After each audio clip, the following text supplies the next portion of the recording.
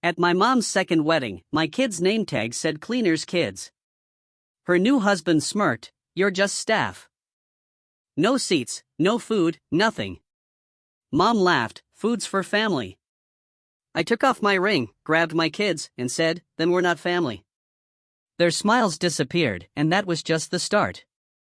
My own mother, on her wedding day, looked me straight in the eye and, with a dismissive wave, essentially told me and my kids we were nothing more than hired help. That wasn't just an insult, it was the explosive end to a lifetime of being taken for granted, and it finally pushed me to draw a line in the sand, a line that came with a hefty invoice. So, my name's Tony. I'm 37, divorced, and honestly, mostly just a dad trying to raise two incredible kids who genuinely believe pancakes are the answer to every problem. I run a small cleaning company, you know, the kind with a loud vacuum, a trusty old van, and a logo I designed myself during a late-night panic attack when the bills were stacking up. For my family, I've always been the guy. The one who just shows up, rolls up his sleeves, and makes the messy stuff disappear.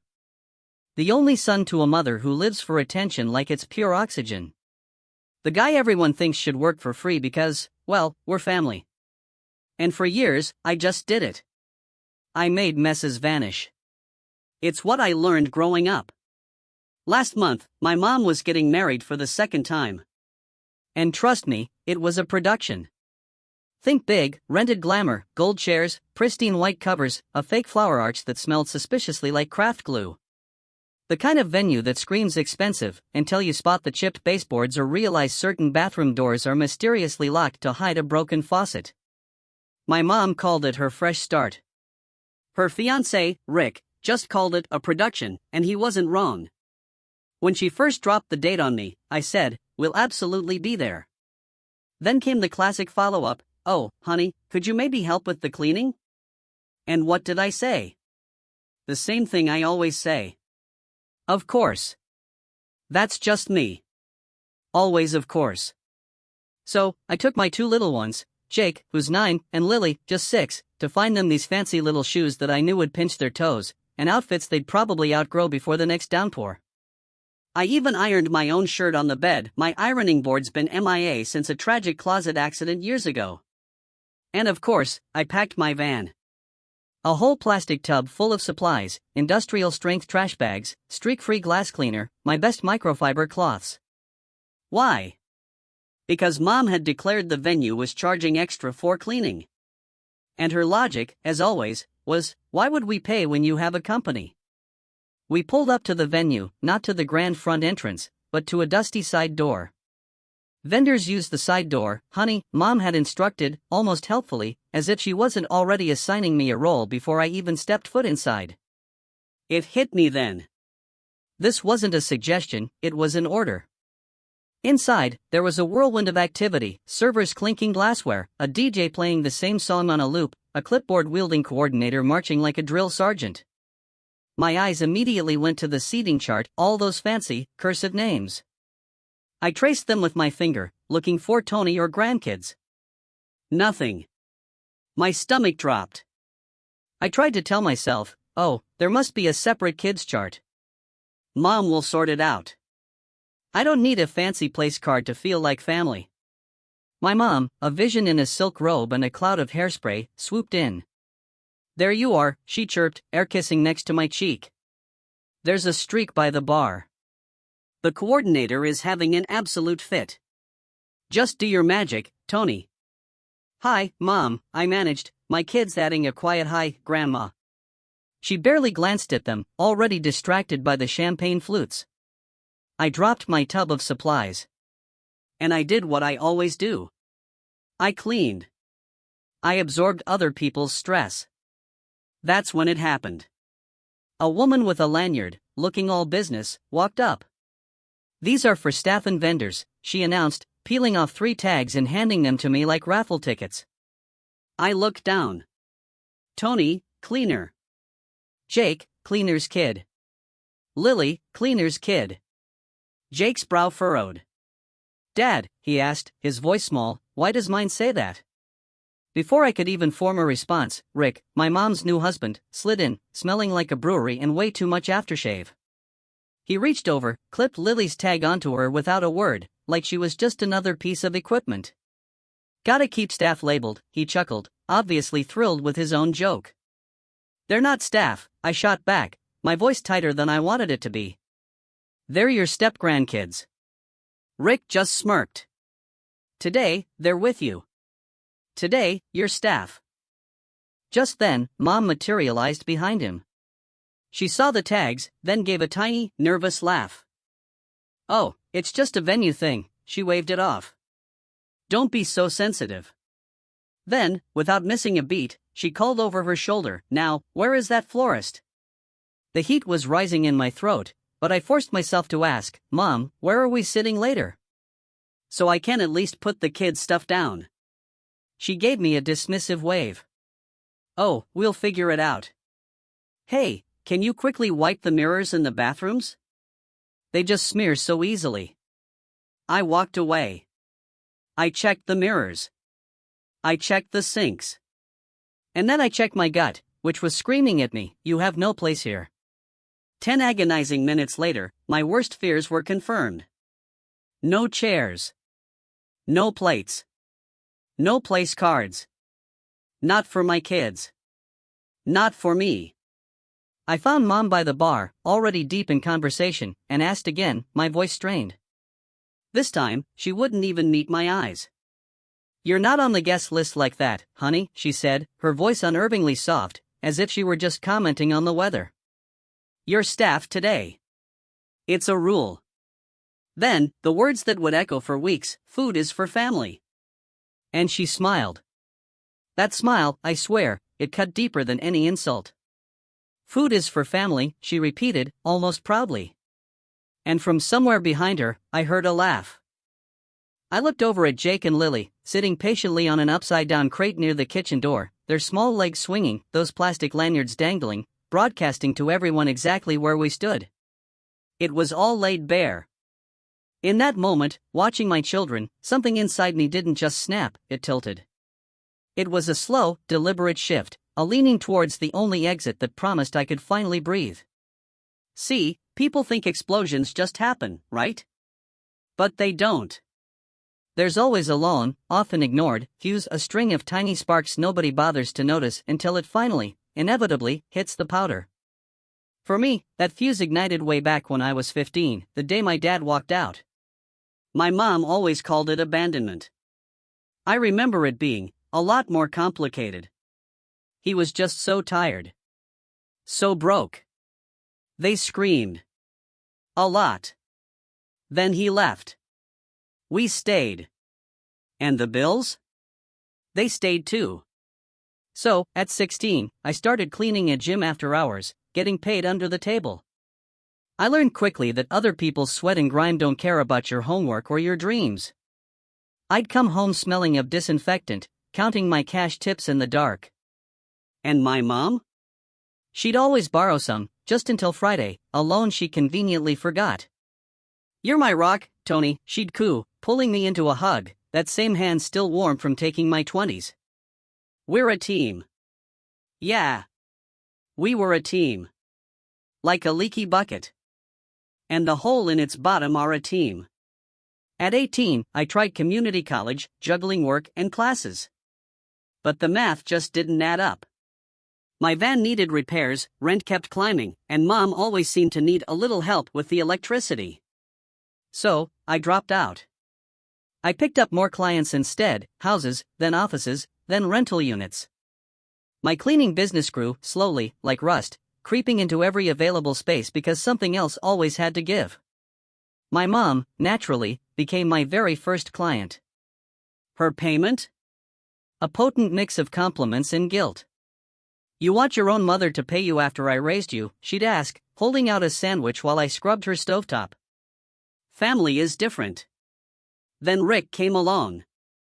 He smelled of sawdust, wore a stack of thin gold chains, and had a voice that filled every room, whether you wanted it to or not. The very first thing he ever said to me was, "So, you're the maid?" He let out a booming laugh, expecting me to join in. My mom beat me to it, her own laugh echoing his. Rick liked me when I was useful. He loved my van, my shop vac, my readiness to drop everything and show up. He loved that I never asked about the cigarette burns on rental carpets or the mysterious stains on drywall. What he didn't like was when I said no. Like the time he wanted me to co-sign for a new truck for his business. I told him, I can't. I have kids. I can't take on that kind of risk. That night, my mom called. I'm so disappointed, Tony, she said, her voice as cold and final as a slammed door. Rick supports us. You know how the system treats contractors. You couldn't help? After everything I've done for you? The list of everything she'd done felt longer than any receipt she ever kept. My marriage eventually fell apart. I ended up in a cheap apartment with walls so thin you could hear the neighbors sneeze, and pipes that seemed perpetually angry. Custody was split. 2 small beds for the kids, a pull-out couch for me. I worked grueling days, then even more nights. My hands were perpetually cracked in winter, and my back started inventing new curses. My mom? Oh, she still offered opportunities. She needed move-out cleans for Rick's rentals. Weekly spruce-ups at their house. She always needed me, always for free, or later. And later, as I'd learned, always meant never. Online, she'd brag, my boy owns a business, posting some beautiful sunset picture I never saw because I was usually elbow deep in someone else's oven.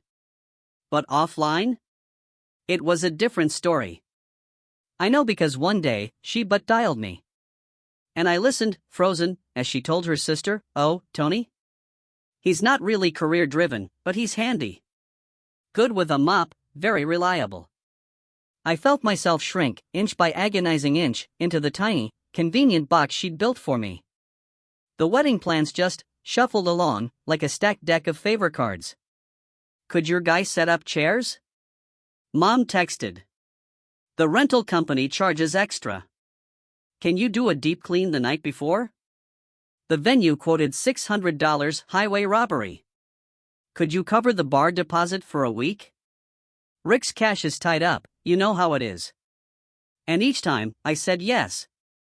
I said yes to more than I ever should have. Why? Because I desperately wanted my kids to see me as a good son. And, honestly? Because I'm embarrassingly dumb about hope. I even tried to ask, innocently enough, in the family chat, where will the kids sit? The bubbles popped up, showed seen, and then, nothing. Crickets.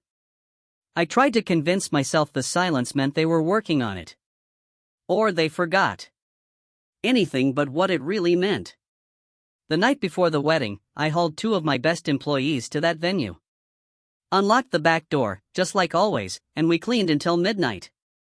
We scrubbed bathrooms that looked like they'd seen too much. We polished mirrors until they gleamed, making the whole place feel genuinely expensive. Fresh liners in every trash can. We left it better than we found it. That's my signature. That's what I do. The next morning, I was back at it, ironing my shirt again, packing snacks for the kids, and reminding them to say please, even if no one else bothered to.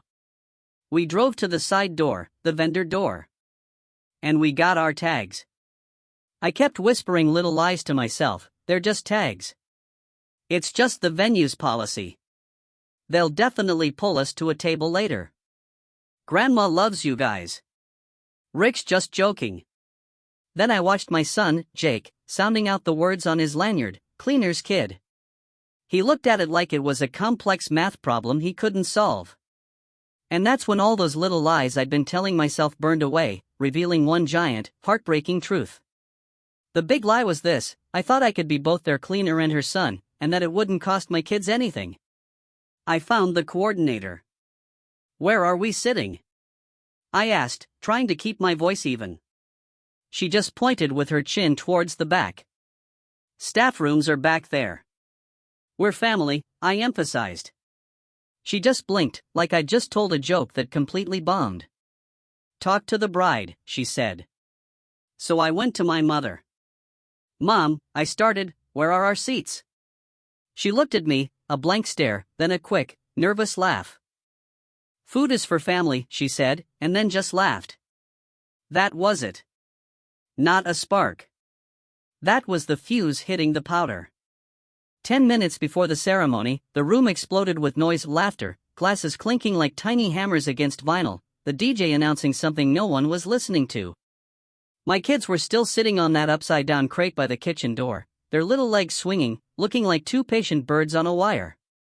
Then Rick ambled over, flanked by two other guys who looked like him, just at different stages of sunburn. He clapped me on the shoulder, already barking orders. "After the vows," he said, "move those crates. Don't block the servers.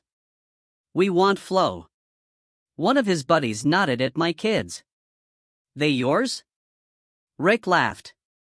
"Cleaners, kids. Part of the package." "Package?"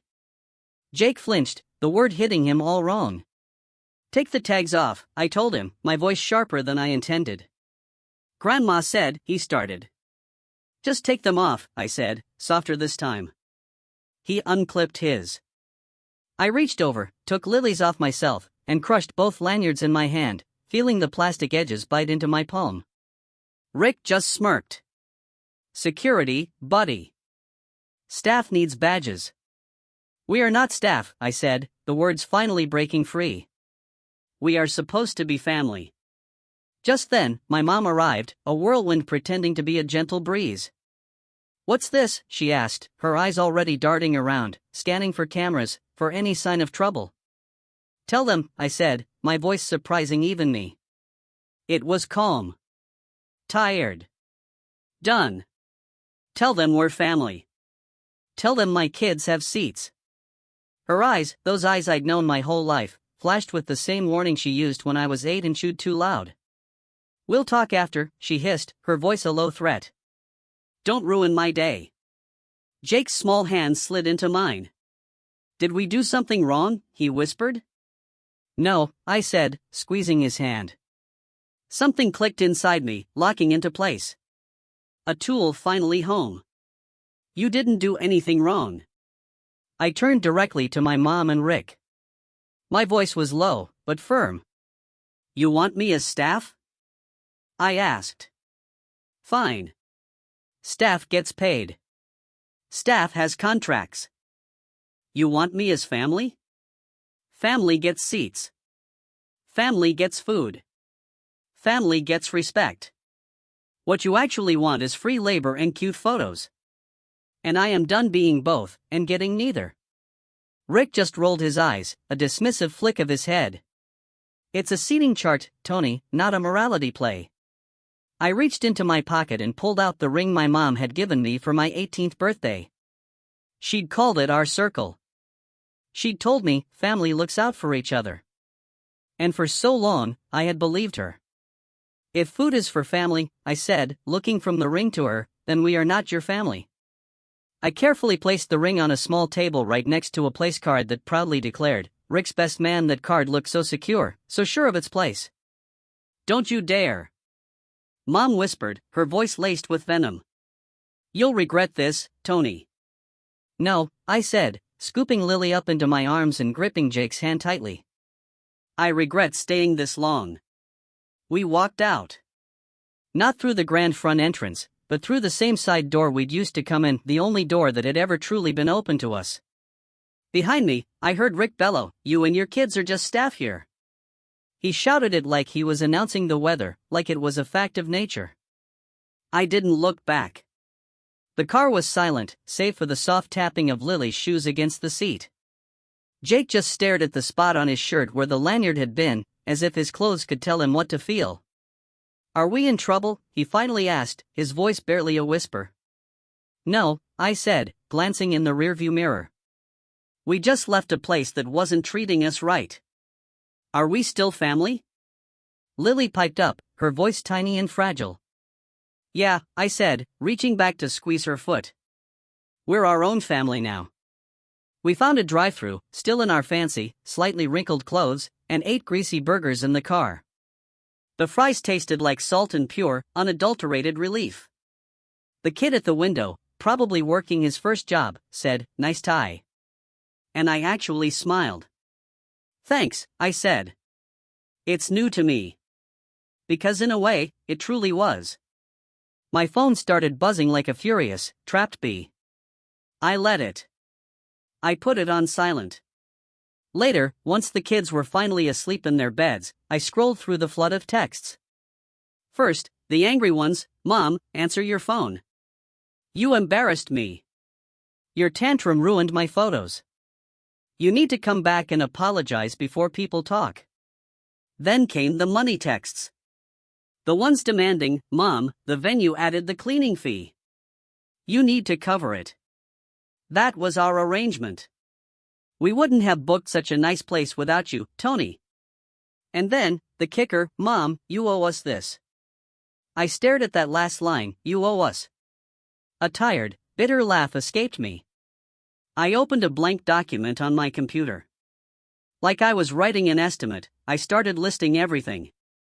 3 years of weekly cleaning at my mom's old house, unpaid.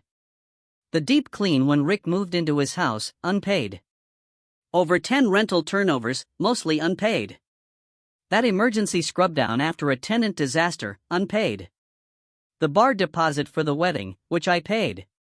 The venue deep clean the night before the wedding, where I paid my employees and bought all the supplies. I crunched the numbers. It was significantly more than their measly $600 venue fee. On Monday, I called my accountant. Mark, I asked, can I send an invoice to family? He just looked at me for a long, quiet second. You can, he finally said. Whether they'll pay is another story. But send it. If they don't, consider it tuition for a class you probably should have taken a decade ago. So I did. Client, M. and Rick. Discount, personal.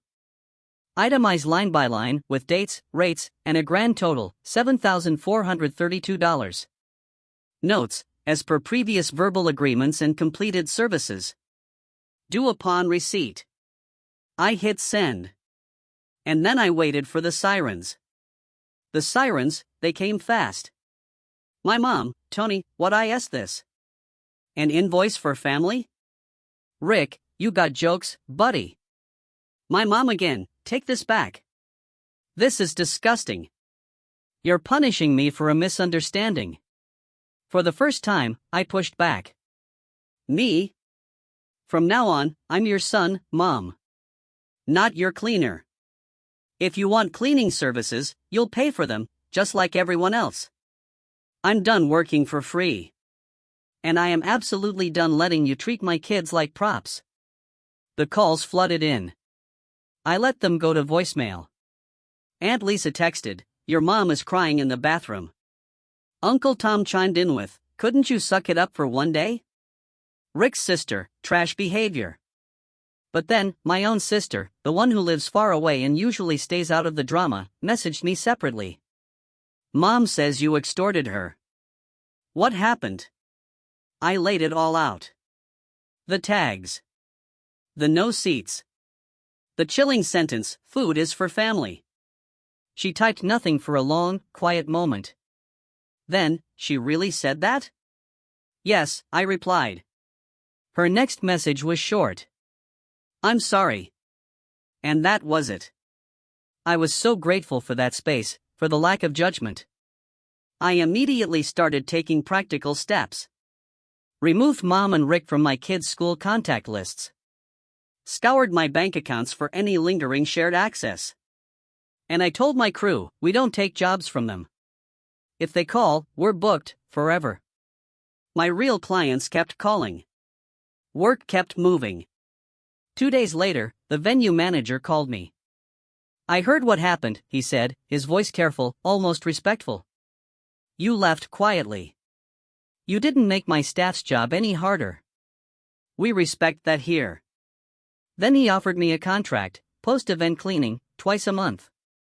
I wanted it. I took it. I celebrated by buying my whole team breakfast. That Saturday, I took my kids to a diner. Pancakes. Extra syrup. Extra napkins. The waitress, bless her heart, called Lily Princess, and Lily, with wide eyes, absolutely believed her. Mid-bite, my phone buzzed. A photo from Aunt Lisa. It was from the wedding reception, showing 2 little place settings at a kid's table, with cards that read Grandkid 1 and Grandkid 2. The plates were untouched. The caption, "They put these out later." Later. Not for us. For optics. For appearances. Jake saw the picture and frowned. "Is that our table?" he asked. "No," I said, locking my phone. "Our table is right here." He took a giant forkful of pancakes, nodded decisively. "Ours is better," he said. Days stretched into weeks. The family group chat became a constant cycle of guilt, then anger, then awkward silence, then fresh guilt, just like ever-changing weather. My invoice, though? It sat in their inbox, a small, square, undeniable truth. I sent one polite reminder, net 14. No caps, no exclamation marks. My mom's reply was swift, "You're dead to me if you think I'm paying this." I didn't respond. I simply placed my phone face down and helped Lily build a magnificent castle out of folded towels, with Jake adding a drawbridge made from a spatula. The castle inevitably toppled, and we all dissolved into laughter. That night, as the apartment finally settled into quiet, I felt an old, familiar noise begin to fade. The constant hum of being on call, of always being there for people who didn't understand what family truly meant to me. The quiet felt new. It opened up space for things like real sleep, for actual thinking, and sometimes, for the sweet luxury of not thinking at all. I started noticing small changes. My back didn't ache with the same sharp intensity. My mornings no longer began with texts that felt like crowbars trying to pry me open. I actually sat down to eat breakfast. The kids stopped asking, "Are we going to Grandma's this Sunday?" Because the answer was now a firm, peaceful no, and that no? It wasn't a punishment. It was a boundary. And the few people who genuinely mattered? They showed up. Mark, my accountant, sent a simple email, "Proud of you." My crew plastered a post-it on the van's dashboard, "No free rides." My sweet neighbor, Mrs. Grant, left a homemade pie on our doorstep with a note, "Hurt a bit. Proud you protected those babies." She spelled proud and protected wrong, but that pie? It was perfect. Even my ex-wife and I had a real conversation, one that didn't end in stress or bickering. I told her everything. She just said, "I'm sorry," and I knew she truly meant it. Then she added, "I've been telling you for years, Tony." And we both laughed, a genuine, heartfelt laugh, because she had, and I just hadn't been ready to hear it. I did see my mom once, in a grocery store aisle. She pretended not to see me. I didn't chase her. The day that invoice hit 30 days unpaid, I simply marked it off in my system. And I took a deep breath, a breath that felt like throwing open a window. Not because the money didn't matter, but because I finally understood the bigger math. I realized that paying to keep a seat at a table where your own children aren't welcome is, without a doubt, the most expensive bill you will ever carry. 3 weeks and a handful of days later, my life is, in many ways, smaller. But it's smaller in all the right ways. No more weekly drives to scrub a house where my kids aren't allowed to touch the good cups. No more sudden, pop-over texts that silently demand I cancel my plans. No more pretending that I'm not the punchline of someone else's joke. Now, we have our own jokes. Jake, when he passes me the ketchup, will say, "Food is for family," and will grin, reclaiming the very words that once cut us so deep, making them ours. Lily, with her innocent wisdom, calls any table we sit at our table, even if it's a splintered park bench. And I love the way those words sound when she says them. Sometimes, I still look at the ring, sitting in a dish on my dresser. I pick it up. It feels heavier than I remember. I recall the day my mom gave it to me, the way she used words like circle and always, like they were spells. I used to believe her. I don't anymore. Not in the way that kept me small, kept me tied to an illusion. If there's a moral to this whole messy story, it's simple enough to fit on a post-it note: you don't owe anyone your labor, your money, or your silence, just because they share your blood. People will always show you the fine print, especially when they think you're too busy, too compliant, to read it. My mom showed me mine, printed starkly on a cheap lanyard, "Cleaner's kid." Rick, read the clause out loud. You and your kids are just staff here. I finally read it too. And then, I wrote my own contract. My contract says, my kids eat first. My time has value. My boundaries? They are non-negotiable. The tables we sit at are ours, because we are at them. And if you can't offer a chair, well, then I can definitely offer you a door. Will I ever speak to my mom again? Maybe. People can change. But often, the only way they do, is when you stop making it so easy for them not to. If she ever calls me, truly remorseful, and says, I'm sorry. I was wrong. I hurt you and your kids. I'm going to do better. I'll listen, then I will. But if she ever says, you owe me again? I'll hang up the phone. In the meantime, I have pancakes to flip and towels to fold with small, eager hands that turn everything into incredible forts. I have a thriving business to run for clients who actually sign checks with my name on them. I have a life where I'm not just a prop in someone else's endless production. Last night, Lily fell asleep in my arms during a movie. Jake, being 9, woke me up at the credits to inform me, Dad, you were snoring. I, of course, declared that impossible, then did a dramatic fake snore until he snorted milk out his nose from laughing so hard. Later, loading the dishwasher, I thought about that side door at the venue. The one labeled vendors. We entered through it. We left through it. I used to believe that meant we were less. Now, I know it simply meant we knew the way out. We have our own door now. Our own table. Our own ring, if we ever want one. It's 3 people, 2 kids, and a guy with tired hands who finally learned he's so much more than just a mop. Food is for family. So is respect. So is peace.